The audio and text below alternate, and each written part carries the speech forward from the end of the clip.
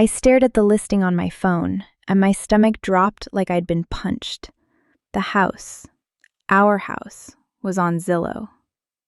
The 3-bedroom colonial in Maple Ridge that Michael and I had bought 7 years ago, the one with the wraparound porch and the kitchen we'd renovated together, was listed for sale. Asking price, $485,000. Listed by Jennifer Matthews Realty. Posted 23 hours ago. My hands actually shook. I had to sit down on the edge of the bed, phone still glowing in my face. Michael was downstairs, probably watching ESPN in the recliner like he did every Sunday night. He hadn't said a word. Not a single word about selling our home. We hadn't even talked about it. We hadn't even fought about it. There had been nothing, just silence. And, apparently, a real estate listing. I scrolled through the photos on autopilot. There was our bedroom, with the gray accent wall I'd painted myself last spring. The kitchen island where we ate breakfast. The backyard where we'd spent $300 on a new deck 2 years ago. Everything we'd built together, photographed, priced, and put on the market without me. That was the moment I knew something was terribly, catastrophically wrong. But let me back up. Let me tell you about the life before the listing, because I need you to understand what we had, what I thought we had, before it all fell apart. Michael and I met at a networking event in 2015. I was working for a marketing firm. He was a financial advisor with his own practice. He wore a navy suit and smiled at me while I was stress-eating mozzarella sticks by the bar, and somehow, that simple moment turned into 12 years of history. We got married in 2017, a small ceremony, just family, at the Riverside Country Club. My mother wore peach and cried through the whole thing. His mother, Karen, wore black and looked like she'd rather be anywhere else. That should have been my first warning, but I was too happy to notice. For years, everything worked. We bought the house in Maple Ridge in 2016. Well, 2017 technically, after we got married. It needed work, but Michael had a vision. "We'll flip it together," he'd said, kissing the top of my head. We didn't flip it. We just lived in it and slowly made it better. New kitchen cabinets, fresh paint, a deck. A garden where my tomatoes grew in summer. I worked in marketing. Michael had his financial advisory practice. We made decent money, combined, probably around $210,000 a year. Not rich by any means, but stable, comfortable.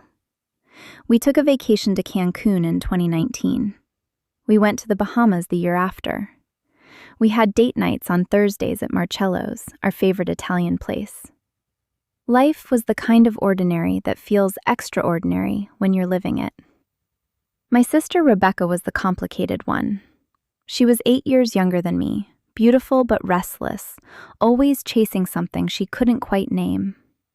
She dropped out of college twice, worked a dozen different jobs, and crashed on our couch more times than I could count. But I loved her fiercely. She was my person, you know?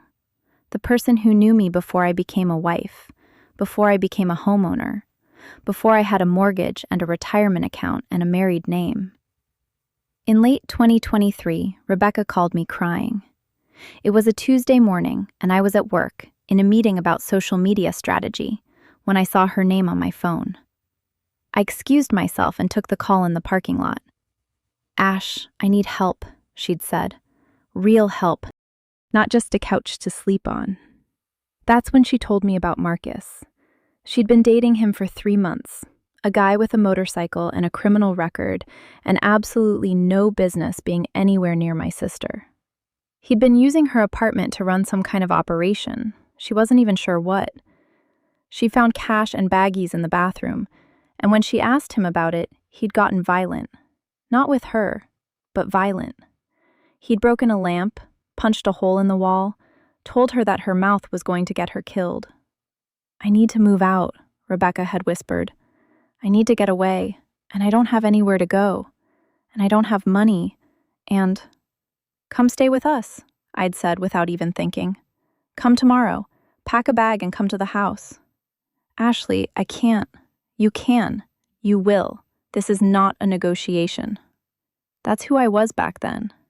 That's who I thought I'd always be. The sister who shows up. The wife who has her life together. The woman with the house and the stability and the ability to help. Michael didn't love the idea when I told him that night. We were in bed, lights off, and I felt him tense when the words came out of my mouth. "How long?" he'd asked. I don't know. Until she gets on her feet, gets a job, saves some money. Ashley, we have a mortgage. We have our own lives. She's my sister. She's in danger. He was quiet for a long time. Then he said, "Fine, but we set boundaries. She can't just stay here indefinitely. She needs a plan." I remember feeling relieved and grateful. That's the thing about that moment. I genuinely believed he was being reasonable, that we were being a team, that we were handling this like mature adults who loved each other and could handle a temporary crisis. Rebecca moved in on a Friday. She brought 2 suitcases and about 100 apologies. Michael was cordial but distant. He worked long hours those days, and I told myself it was just financial advisor stuff, year-end planning or whatever. We didn't talk much about Rebecca beyond the basics. I made sure she had towels, showed her where the spare key was, introduced her to our routines. Everything felt normal for about 4 weeks. Then, one morning in mid-January, Michael came into the kitchen while I was making coffee and said, "We need to talk about your sister's situation." My heart had sunk immediately. I knew that tone. "What about it?" I'd asked. "She's been here a month, Ashley. A month. What's the actual plan? Is she looking for apartments? Is she looking for a job?" "She's been applying for jobs," I'd said, defensive. "These things take time." "They take time when you're applying, sure, but I haven't seen her leave the house in weeks." He wasn't wrong. Rebecca had been depressed, understandably. She'd been sleeping late, spending her days on the couch with her phone. But she was healing from something traumatic, and I felt like he was being unsympathetic. "Give her more time," I'd said. But he just shook his head and walked away. That was the first real tension I remember, the first crack in the foundation. I didn't know it then, but that conversation was a warning I should have heeded. Instead, I pushed it aside and focused on helping my sister, on being the good one, on holding our family together while my marriage quietly started to rot from the inside. Michael got quieter after that, colder. He stopped coming home for date nights. He stopped touching me in bed. When I tried to talk to him about it, he'd say everything was fine, just stressful at work. His mother, Karen, called more frequently. I could hear them talking in low voices when Michael took her calls in his office. Something was happening. Something beneath the surface that I couldn't quite see. And then, on a Sunday night in late February, I found the listing. I picked up the phone with hands that wouldn't stop shaking. 3 a.m, and I was standing in the kitchen in my pajamas, scrolling through the real estate listing like it was some kind of nightmare I could wake up from. The photos were crisp, professional, clearly taken by someone who knew how to make a house look like a magazine spread. Our house, the one Michael and I had bled into for 7 years. I called him. Not a text, not a conversation over breakfast. A call at 3 a.m, because I couldn't breathe and I needed to know what the hell was happening. He answered on the 4th ring, voice thick with sleep. "Ashley? What's wrong? Are you okay?" "The house is on Zillow, Michael." Silence. Dead air that stretched so long I thought he'd hung up. "Michael? We need to talk about this in person," he said quietly. "We're talking about it right now. Why is our house listed?" "Why didn't you tell me?" "I can't do this on the phone. We'll talk tomorrow." He hung up, just like that. No explanation, no apology. No acknowledgement that he'd committed an act of betrayal so profound I couldn't even process it yet. I didn't sleep. I sat in the kitchen with a cup of coffee that went cold, then made another one, and another one. By the time the sun came up, I'd read every word of that listing 17 times. The description was clinical and cruel. Charming colonial with updated kitchen, ideal for first-time buyers or investors. Solid bones, great neighborhood, move-in ready. Move-in ready. Like our life together was just inventory. Like the hours we'd spent painting that kitchen, laughing and arguing about the shade of gray, meant nothing. Rebecca came downstairs around 7. She was in her pajamas, hair a mess, and when she saw my face, she knew something catastrophic had happened. "Ash, what's going on?" "He's selling the house," I said, without telling me. She sat down slowly. "What do you mean, without telling you? You live there." "I know I live there, Rebecca. That's why it's insane." She reached across the table and grabbed my hand. That small gesture, her sister showing up for me, broke something open inside my chest. I started crying, the kind of crying that comes from somewhere deeper than sadness, something closer to freefall. Michael came home around 9. He looked like he hadn't slept either. His hair was sticking up, and he had that hollowed-out expression people get when they've been caught in something terrible. "We need to talk," he said, looking pointedly at Rebecca. "Alone. Anything you want to say to me, you can say in front of my sister," I told him. He flinched at the coldness in my voice.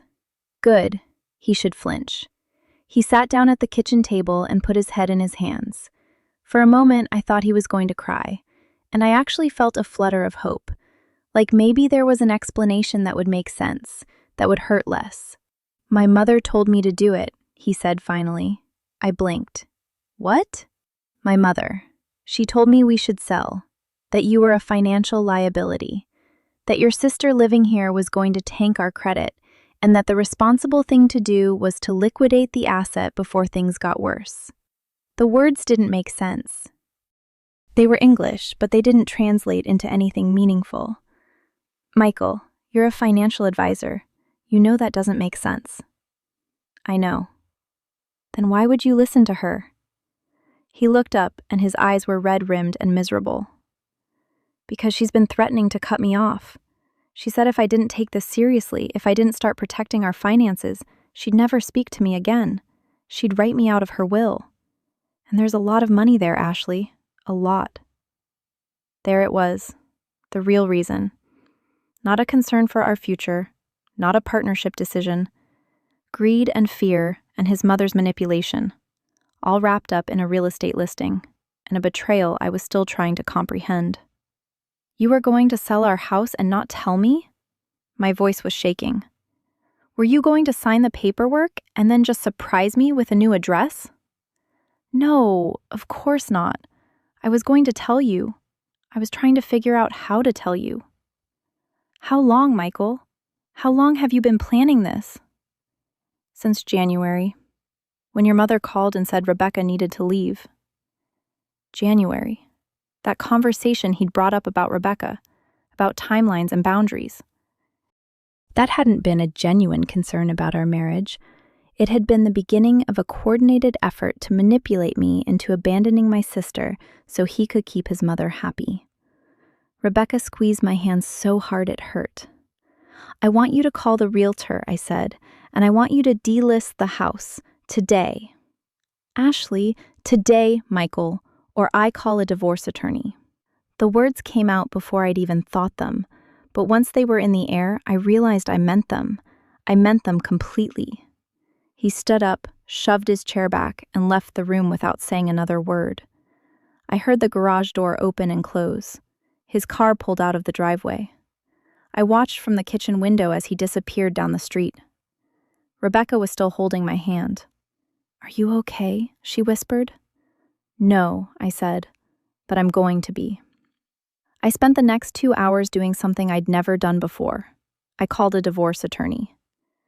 Her name was Linda Grayson, and she worked out of an office in the business district downtown. Her voice was brisk and competent, and when I explained the situation, she didn't offer sympathy. She offered facts. "You own the house jointly?" she asked. "Yes.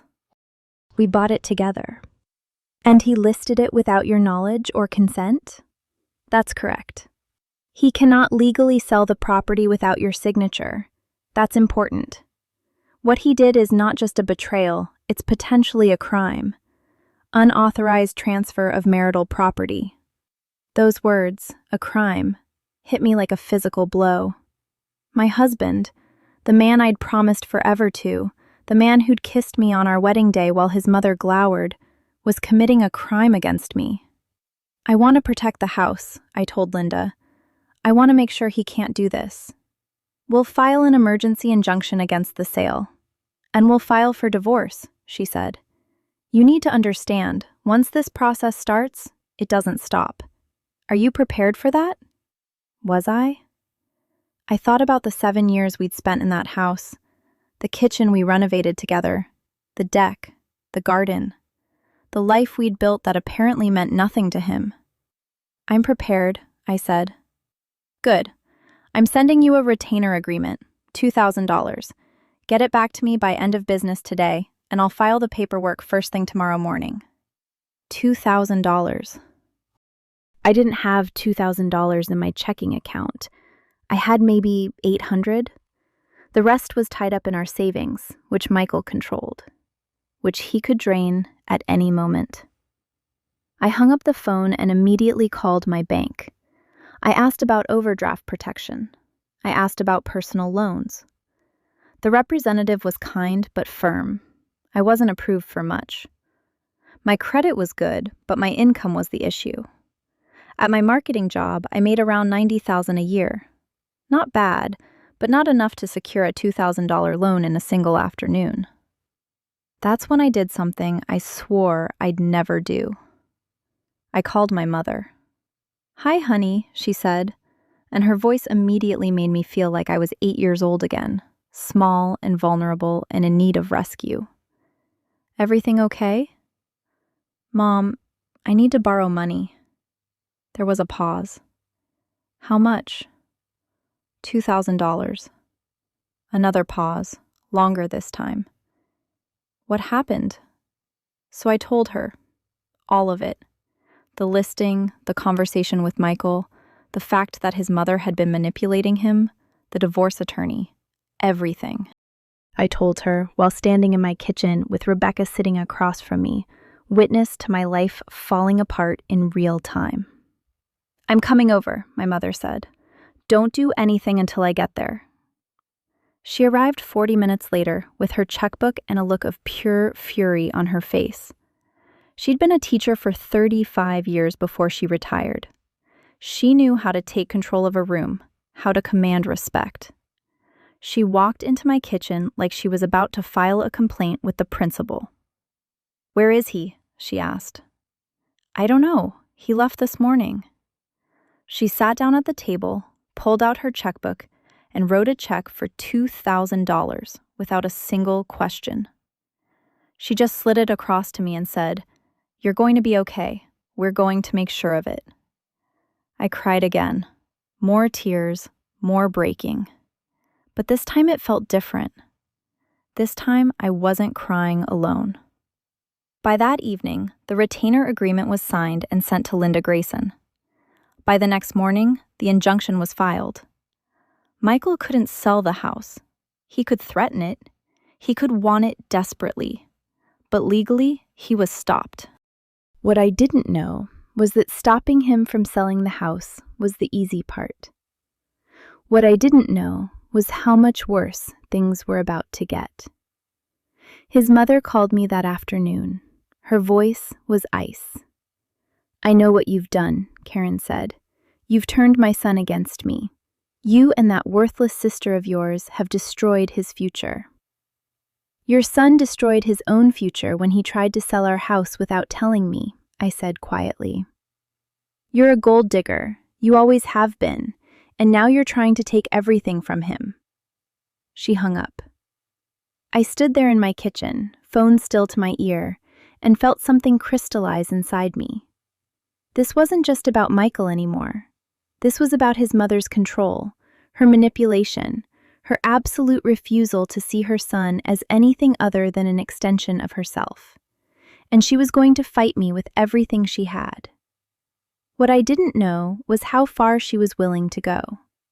Michael didn't come home that night, or the next night, or any night after that. He moved into a hotel downtown, some corporate place near his office.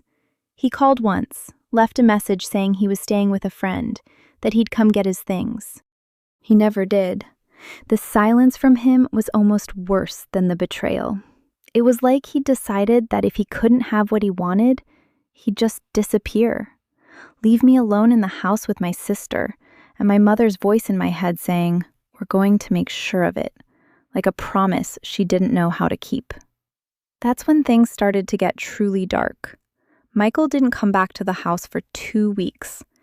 I knew he was working. His office confirmed he'd been there, locked in meetings, the financial advisor playing the role of the competent professional while his marriage imploded.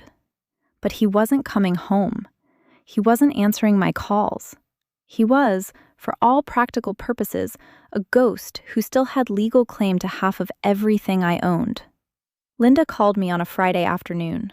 Her voice was sharp, almost excited. "I need you to come into my office," she said. "Bring your bank statements, credit card statements, anything that shows joint account activity for the last 6 months." What happened? What happened is that your husband made a mistake, a big one. I took the rest of the day off work. Rebecca drove me downtown to Linda's office in the business district. It was a small practice, just her and a paralegal. But the office felt like a fortress, all dark wood and legal books, and the kind of air conditioning that made you feel like things were being handled.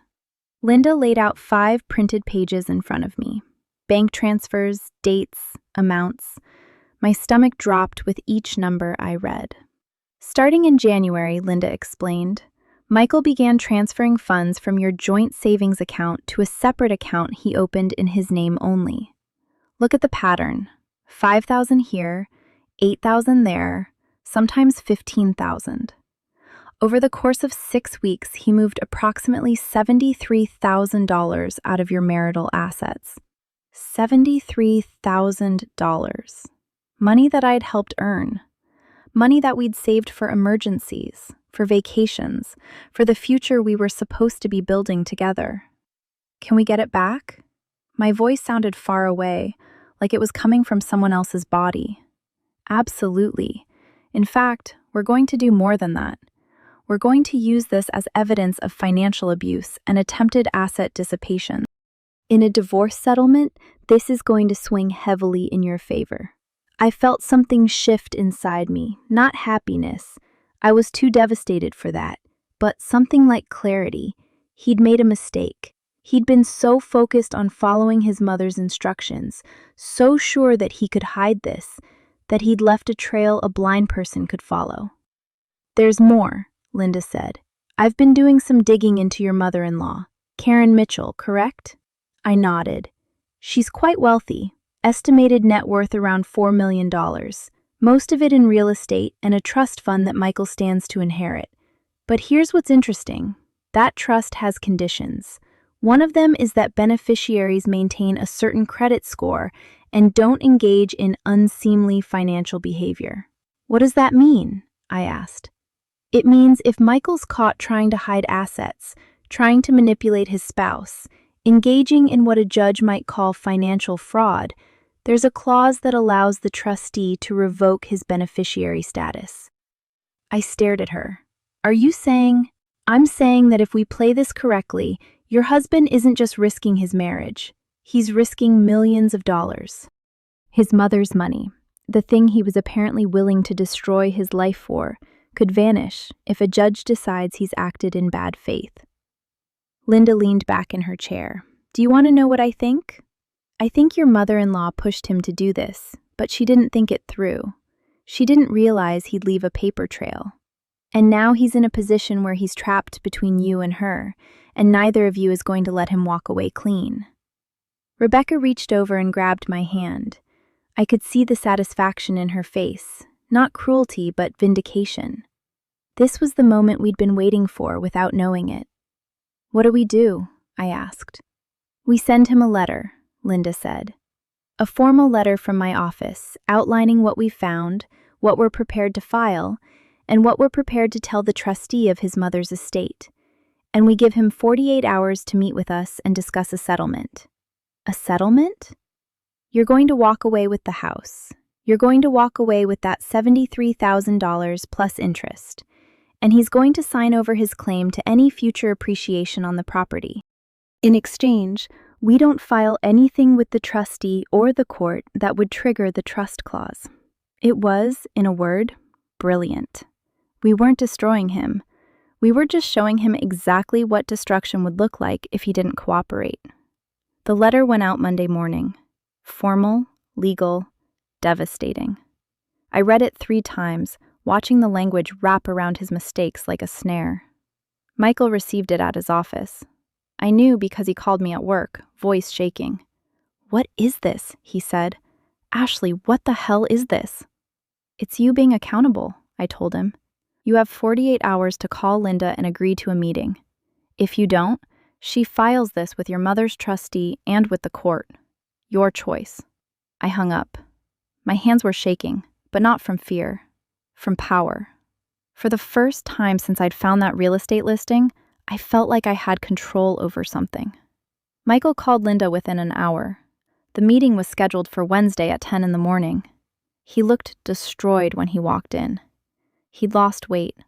His suit hung on him like it was borrowed from someone bigger. He had the hollow-eyed look of someone who hadn't slept in days. His lawyer, some young guy named Brett who looked like he wanted to be anywhere else, sat beside him with a leather portfolio and an expression of professional concern. "My client is willing to discuss the terms you've outlined," Brett said carefully. "Good," Linda replied, "because the alternative is very expensive and very public." We went through the details methodically. The house, the $73,000 plus 12% interest, a penalty, Linda explained, for the months it had been out of the joint account. Michael's signature relinquishing any future claim to the property's value. A clean split of the retirement accounts. Spousal support, 2 years of it, at $1,500 a month, because I'd been the lower earner and he'd pulled this stunt while I was still dependent on him for financial stability. Michael signed everything without argument. He just sat there, pen in hand, and put his name on documents that were dismantling his life, piece by piece. At one point, I thought he was going to cry, but he just kept his face blank and his hands steady. When it was done, Linda slid a final document across the table. The divorce decree. "You can both sign this today, or we can drag this out for months, but either way, this is what's happening." Michael signed it, just like that. 7 years of marriage, gone in the time it took to sign 7 pages. "There's one more thing," I said. Everyone looked at me. "I want you to call your mother. I want you to tell her that you tried to sell the house without my permission. I want you to tell her that you stole $73,000 from our joint account. And I want you to tell her that if she ever contacts me again, I'm filing a harassment complaint." Michael's face crumpled. "Ashley, you don't get to negotiate this," I said. "You don't get to protect her. You don't get to pretend this didn't happen. You call her today, or I call your trustee myself and tell them everything." He nodded slowly, defeated. Completely, utterly defeated. He made the call that afternoon. I didn't hear it, but Linda told me later that Karen had screamed at him for 20 minutes straight before hanging up. Apparently, she'd accused him of being weak, of letting me manipulate him, of throwing away his future for sentiment. He'd hung up on her mid-sentence. I never heard from Karen again. Michael said later that she'd sent him a letter, cutting him off from the trust, disowning him, calling him a disappointment to the family name. He didn't show me the letter, and I didn't ask to see it. That was his pain to carry now. I'd carried enough. The house was officially mine 2 months later. We divided the retirement accounts. Michael moved into a small apartment across town. He stopped working at his financial advisory practice. Turns out his mother had been a major investor, and took a job as a financial analyst at a mid-sized firm. Less prestige, less money, but honest work. Rebecca stayed with me for another 6 months while she got back on her feet. She found a job at a nonprofit, started therapy to deal with the Marcus situation, and eventually moved into her own apartment. We're close now in a way we weren't before. She knows what I sacrificed for her. I know that it was worth it. And me? I'm still in the house on Maple Ridge. I repainted the kitchen a shade of gray I chose myself. I built new garden beds. I'm dating someone named Thomas, a teacher who makes me laugh and who respects my boundaries, and who understands that I'm not interested in being saved or fixed or improved. I'm just interested in being seen. Sometimes I drive past Michael's apartment. I never stop. I just drive past and feel nothing. Not anger, not regret, not even satisfaction. Just nothing. He's a person who made a choice, and I'm a person who made a different one. The moral of this story, if there is one, is simple. Never let someone else's greed become your loss. And never, ever underestimate the power of a woman who has nothing left to lose but herself.